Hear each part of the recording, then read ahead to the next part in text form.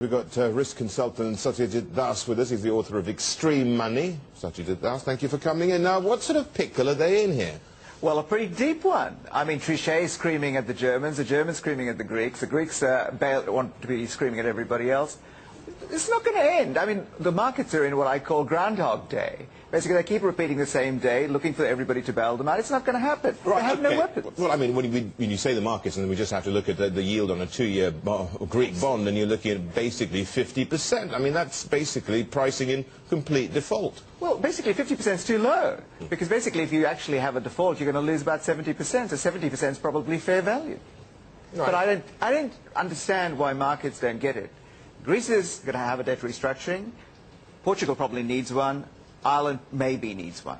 And that's inevitable. It's going to happen. There's no point putting it off. And in the meantime, the real danger is that in trying to bail them out, you contaminate the stronger credits, like France and Germany, and then you've got a position where you can't get out of this. And that's the real issue. And they should just, essentially it's like in a lifeboat, right? The lifeboat doesn't hold everybody. You've got to toss a few people out of the lifeboat. And the Greeks should be first on that list. Well, I mean, we saw the Greek economy also, the contraction over 7% in the last quarter that we've got recorded here. That's the official data anyway, by an independent agency now. Absolutely, but it's 7%, but their economy shrunk by 20%.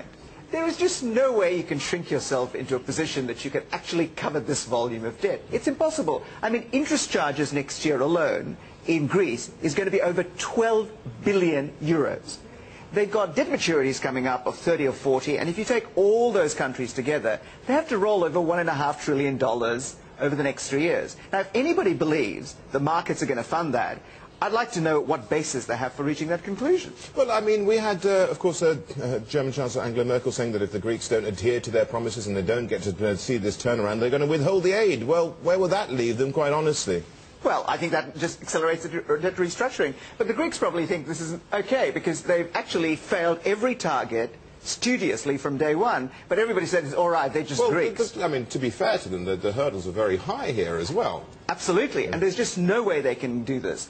We all know what the answer is. It's got to be growth, because you cannot shrink yourself to solvency here. But the problem is you're not going to get... It's a contradiction in terms, almost. Absolutely, and there's no way that I can see them getting the level of growth they need. I mean, if you shrink by 7, they need growth of 4 or 5. That's a 12% turnaround. Tell me one country which has managed to achieve that when they're insolvent. I can't, but I'm not trying to. Let's have a look at this, though, from another perspective here. What does it mean for Asia, what's going on at the moment with the sovereign debt crisis? What does it also mean with regards to the US and, you know, anemic, if there's any growth at all? Well, I think there's two issues. Let's cover Asia first. In Asia, I find the enthusiasm rather puzzling. China's two biggest trading partners are Europe and North America, and they're both in serious trouble. China has basically $3 billion in foreign currency reserves, which are invested in securities from the United States, Europe... $3 trillion. $3 trillion, I beg your pardon. $3 billion would make the problem manageable, wouldn't it? But you've got them in US treasuries, in euros, and also in yen. All basket case economies. They're going to have to write that off. That money's never coming back. And then they've got domestic problems because of the policies that the US is going to follow. They're going to devalue the currency. We all know that, because that's the only way they gain competitiveness and reduce their debt. And that's causing the inflation problems. And despite the fact the inflation numbers here seem to have plateaued, they're much too high. And in the meantime, the Chinese are pumping more and more money into the economy. Bank debt this year will grow by 55% of GDP, according to the last estimates. And we now have Fitchers saying that they're going to have to downgrade China simply because this lending will end in bad debts. We know that. The inflation cycle, the monetary tightening cycle might be ending. The bad debt cycle is about to begin.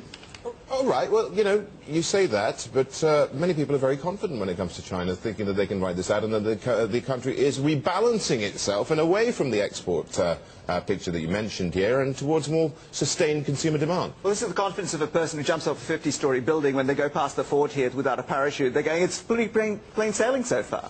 And I think the crucial thing here is the adjustment, if it takes place at all, is going to take 30 or 40 years.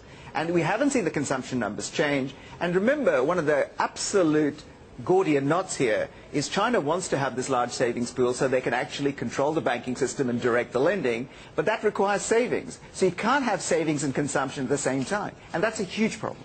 Thus, before I leave it, I just want to say, you know, you paint this really pessimistic picture here, and it's all going to end in tears. Well, how does it end in tears? Well, I think we go into a Japan-like period of slow growth. I mean, there's two scenarios here. One is you just go into a Japan-like period of long stagnation, and you gradually work through these problems. The other is we have a tragic policy mistake, which is pretty likely here, I think, and then you have a catastrophe along the way. And people forget that the policymakers have no weapons. What's Ben Bernanke promising? It's like the Black Knight in Monty Python. Come on, I'll print more money. But what else is he going to do? So I don't think there are any policy options left, really. Satyajit Das, pleasure as ever. Thanks a lot for joining us. He's the author of Extreme Money and also, of course, a risk consultant.